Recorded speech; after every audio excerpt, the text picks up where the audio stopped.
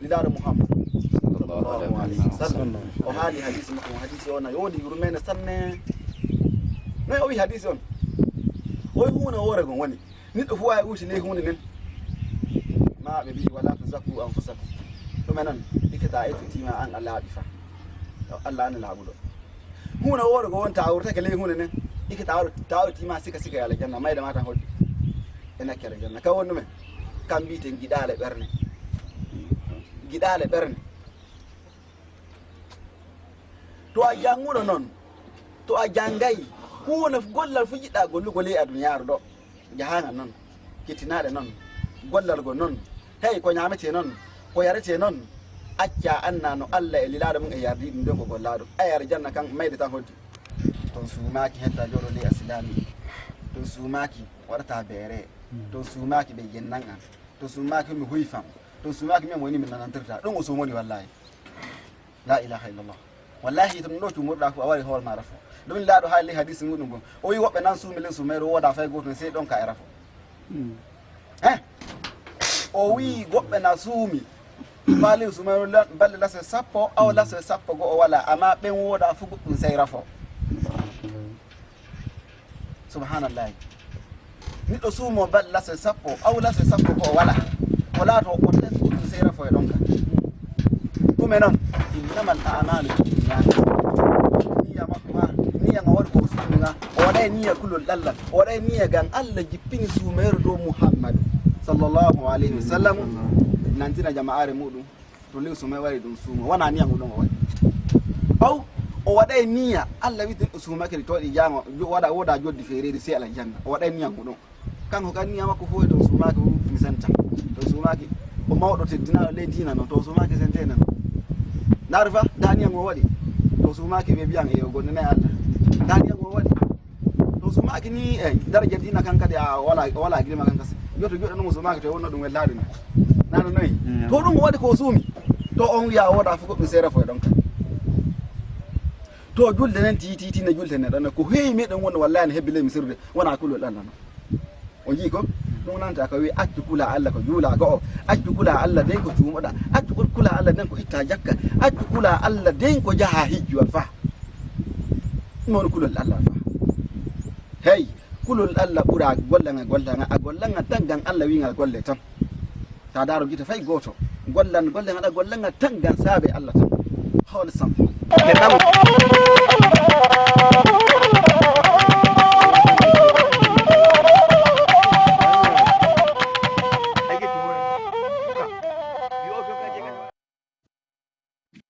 haɓe ɓuriye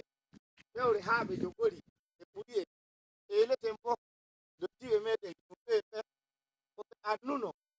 hande ñamata fewre nde haɓe waydata ñamata de to ɓe ɓawino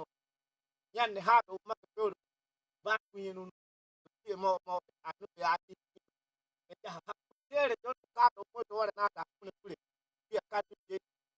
min ela min ɓulaa ɗum ɗum hawra ɗum ñande ɗum yotto daro haɓe ɗiɗo warunoɓe sappo warunoɓe e kawri kaɗo no kure ni annuɓe gan kaɗo waɗino sollel ko tokkel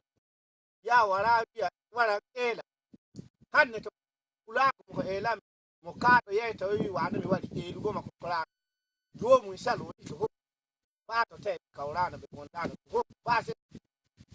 gan tomi kaɗo ta hokkiɗi seɗɗa ma fu kam wodima dotti meɗen bo mi elaɓe fa hande woɗɗita hakkiloji maɓɓe to fillago fuɗɗi hakkude haɓe e fulfulde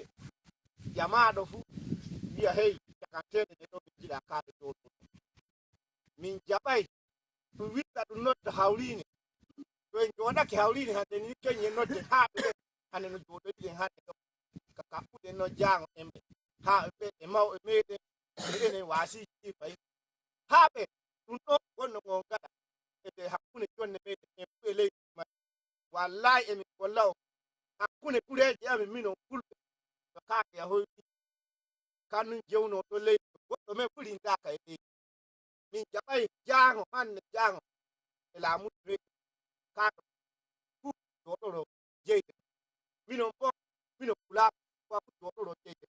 min jiɗa jaango kaɗo ko fof mo yanata hande ɓuri ya kanu jeyno winde mamuɗum ɗo e ɗo fu to tawɗa hoorema umminama o yaha mama ma lintaka e leydi a lintaka e leydi en fu e leydi ni dimaɗen goɗɗo tawi ɗum laamuji meɗen joɗon en badden kaɗon eɓe jooɗi e koye see e maɓɓe koye te e meɗen laamuɓe kaɗo fu sufta koyngal mum kaɗo kana kaɗo en gaddaɗo ñoore hawritere no ɗoɗe hawritere non joɗoɗe hawritere maɓɓe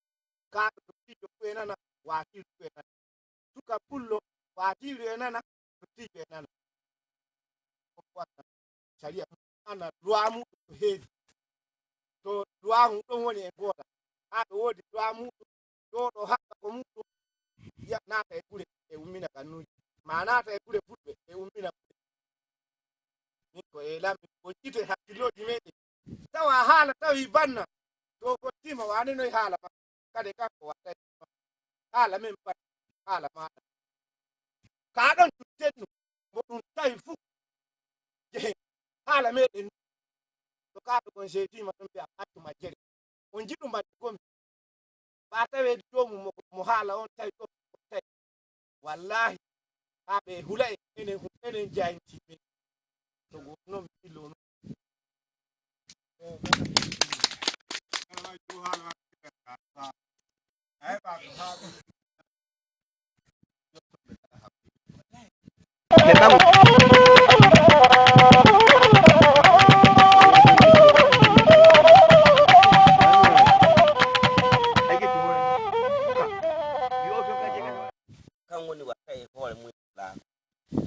Fulaaku kan e woodi e rol mum wutake fulaaku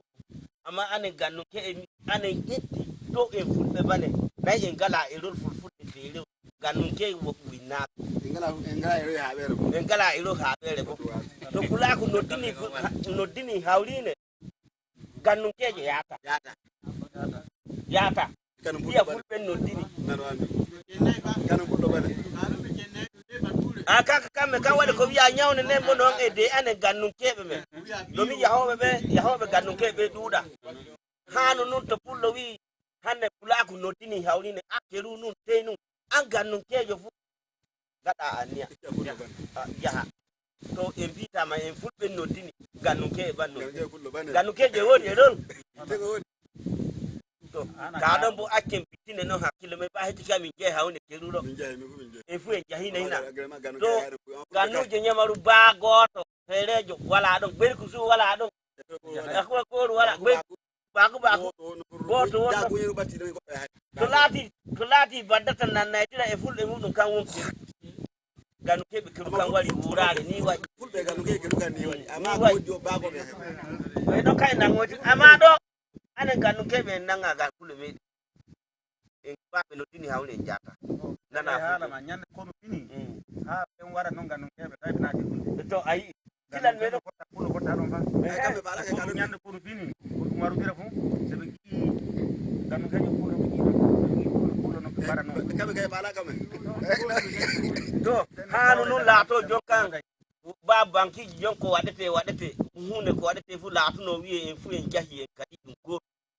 min jaa ɗum fota hunno ko banque pullo banque gannunkejo wooda pullo wooda gannunkejo to ɗum waɗa no nun to tawtama en foti amma fulɓe e wooda mum feere lowa mum feere no ɓaŋirta no haɓɓirta feere mum gannunkeɓe no ɓaŋirta no haɓɓirta feere mum yahata kaaɗo kanto laatake kaaɗo nu no ɓe kaɓɓirta kamɓe asilami e gootum nu hande no kamɓe ɓe juulata bo ɓe jultama e bo no haɓɓirta gootum nu to ane no num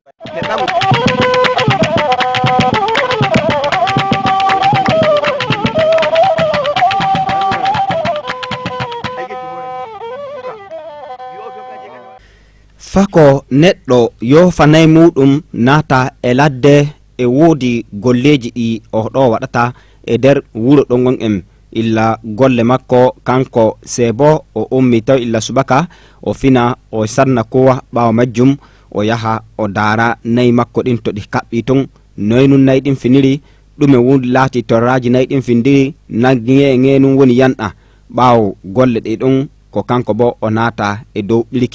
ɓilki kin bo ko fuɗɗa ɗum o lootan wa juuɗe makko faa laaɓa nden to looti juuɗe makko wakkati woni o loota juuɗe makko tawa sukaaɓe kanum bo waddi paali kosam nden to ɓe ɗo waddi paali ɗin kanko se bo o naati ɓilki accu mi sutta mi sippa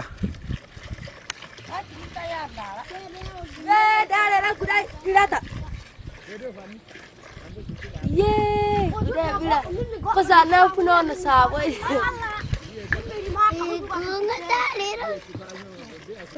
Ayo lagi yang bekal. Dan.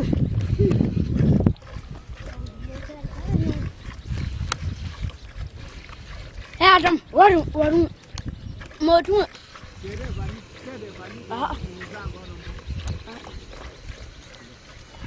Daange ɗo kange tinti daɗe ñaloy magge fu gonga wakkatimma kanko se bo o woni o ɓira ɓaawo ɓirki makko kamɓe laatiɓe sukaaɓe ɓe ɗo waddi paali ɗin en ɓe donno paali ɗin ɓe koora fay wuro wakkatimma ɓe koori kamɓe bo paali ɗin ɓe jarana inniraaɓe maɓɓe ɓe jarana ɓe ɗo dottiɓe woni kanum bo e jooɗi fay ɓaade ton wakkatimma ɓe ɗo bo yottoto tawi kamɓe laatiɓe mawɓe wuro ɓe jooɗi e dottiɓe ɓe jooɗi ɓe daara kamɓe bo kay num ɓe koccata fa ñalowma on en o woɗana ɓe kamɓe bo golle ɗe num ɓe gonta ɓe gaɗa e wuro ɗon wakkatimma majjum kanko se bo o woni e dow sirri o yari boyri makko o loowi ɓaawo majjum jonkay o naata e dow ladde nden bo ko heɓimo ton kankune makko e durooɓe torraji gonɗi ɗin en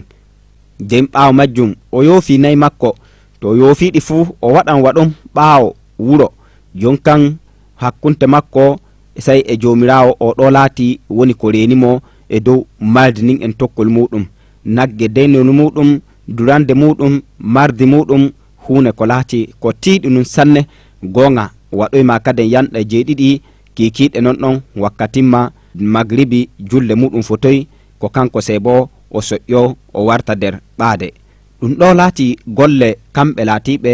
sukaaɓe fulɓe durooɓe golleji maɓɓe gatta illa wuro fa yaago denayi ton golle maɓɓe gatta fa kamɓe bo ɓe gara ɓe joofa nayi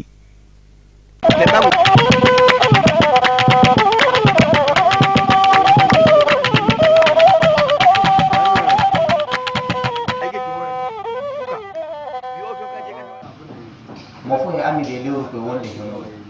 lewru koye barke lewru koye he muɗum diina meɗen fuɗɗi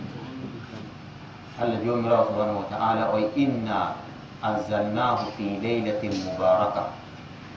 shahru ramadan alladi unzila fihi alquran ɗuke de lewru suumay allah jippini qur'an arande ay fenen jippaki qur'ana de leydi de lewru suumay mo ɗum holleke fuɗɗoye diina alsilama ko fuɗɗunon de lewru suumay illa ñannere muɗum fa wari hannde ɓe yiyay ke woodi duuɓi ujunere e duuɓi lasooji ɗiɗi e sappo e jeenayi ɗum ga annabi sallallahu alih wa sallam o jooɗake duuɓi sappo e tati ɓe genni makka illa ko o feri makka o hooti madina fo ɗuɗen linto e go'o ay duuɓo e arannewol fa wari hannde o waɗi duuɓi sappo e tati ɓe genni makka to joni en noon de duuɓi ujunere e keme nayyi e laso e sappo e jeenayi so en ɓeydi sappo e tati ni no heɓeti almaki illa ñande allah jomirawo fuɗɗi jippinoyki qur'ana fa wari hannde duuɓi majjum wonduɗe ay duuɓi ujunere e laso e keme nayyi e laso e sappo e jeenayi ɓeydi sappo e tati joni noy ɗum ummoto jamaare ayo to noon almajjum de wakkati majjum allah jomirawo fuɗɗi jippinoyki qur'ana walla ke shahru ramadan ɗum ke lewru suumay alladi unzila fihi alquran lewru suumay koye dere muɗum ɓe jippini alqur'ana ngam ɗume hudan linnas ngam ɓe forta la ay qur'ana wara forta himɓe dow laawo yaruɓe mo arjana wa bayyinatin min alhuda nder qur'ana en heɓan bayani ɗume yarata neɗɗo arjanna. Neɗɗo heɓata laawoy na no yahirta nder arjanna sey to jangi qur'an, sey to golliri he qur'an, sey to waɗi faham ma'ana qur'an. Sawa'an jomum e nana laabure jangana haala e muɗum winto ma'ana, na jomum nanata ɓe janga ɓe fassirana ɗum. Allah jomirawo subhanahu wa ta'ala wa bayyinatin min al-huda wal furqan, ay al-furqan bayna al-haqq wal batil. Qur'an senni hakkune fewre e goonga. Ene e annano ɗume laati fewre, ɗume laati goonga. Laawoy moye laati laawoy portimoy, laawoy moye laati laawoy majjere, en annano ko hana e wore qur'an. Ay alhamdulillahi alladi hadana lihaza wama kunna linahtadiya lawla an hadana Allah. E en yetta Allah jomirawo subhanahu wa ta'ala alladi hadana lihaza al-islam. Ay Allah jomirawo subhanahu wa ta'ala jippinoɗo qur'an ko qur'an wari sutti en de niwre jahila ko yari en de inde arsilama e imana. Wama kunna linahtadiya, en latatino himɓe yahoɓe arjanna lawla an hadana Allah, ko hina he yurmene anna ko jippino qur'an. Almajju Allah jomirawo subhanahu on fa hanne e o yette. En no onde ɓikko balɗe ko neɗɗo fuu e anni barke makko. En no onde ɓikko balɗe ko neɗɗo fuu laatiɗo alsilame fay mo laataki alsilame o anniki be joni kay alsilame en no on de wakkati teddinaki kan woni lewru suuma. Alsilame mo laataki alsilame fuu ɓe woltoro lewru koy waɗoɓe luuɗe sippoɓe ñandule ñandu maɓɓe joni ke sontata e barke lewru suumay. To lewru suumay yawti teddi alsilame en du he nana beele de lewru koye woni koye ɗuke no on de lewru koye harakaji muɗum fuu baraji kadi en laari baraji wonɗe de suumay e barke wonɗe de suumay e wala de lebbi hoddiɗi. Allah jomirawo subhanahu wa ta'ala lebbi 12 kan huɓɓinta duuɓol. Allah jomata inna iddata shuhuri inda Allahi 12 shahra.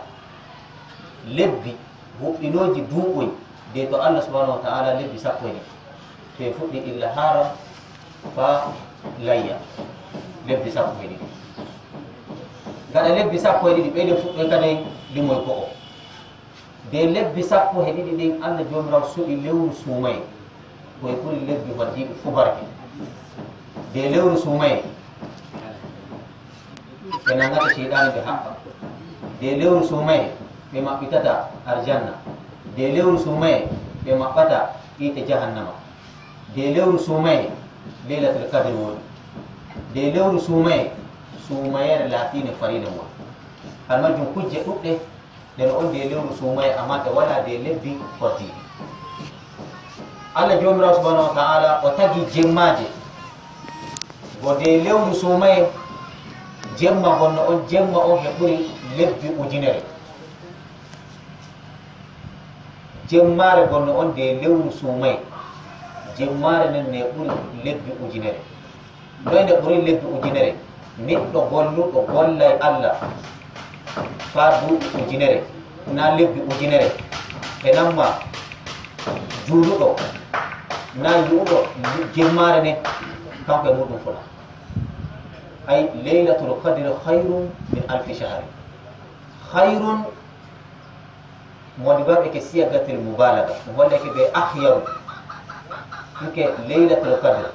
jemmare noddetene leylatul qadre hene ɓuri lebbi ujunere. Lebbi ujunere ɓe woodi duuɓi 93 mo holleke ɓe neɗɗo waɗuɗo ibada julde suumay hijjore umra sadakaji yamiroy ko wooɗa haɗoy ko wooɗa fa lebbi ujunere e namma yi'uɗo jemmare ne fuɓe fuɗe foti na oon mo heɓata ko de lewru go fu nder duuɓo to ina de lewru suumay. Allah jomirawo suɓi lewru koye ɗum non ɗon kamɓe to masiya hay ko lewru koye ɗum ɓurɗi lebbi hoddiɗi. To e laari kadi ñalomaje no ɗon ñalomaje 10 lewru layya illa arande muɗum fayade balɗe sappo allah jomirawo hunora keɗe oy wal fajir wa layalin ashir e ñalomaje sappo nayi eke ɓe jemmaji sappo kam woni min awwal zulhijja ila ashara al uwal nonnoon allah jomirawo ɓurni balɗe ɗen ɗo kan bo dow balɗe waddiɗe ɓe duuɓi wa rabbuka yahluku ma yashau wa yahtar allah jomirawo kan tagata kan suɓata de ko tagi kadi ɓurna dow ko tagi horti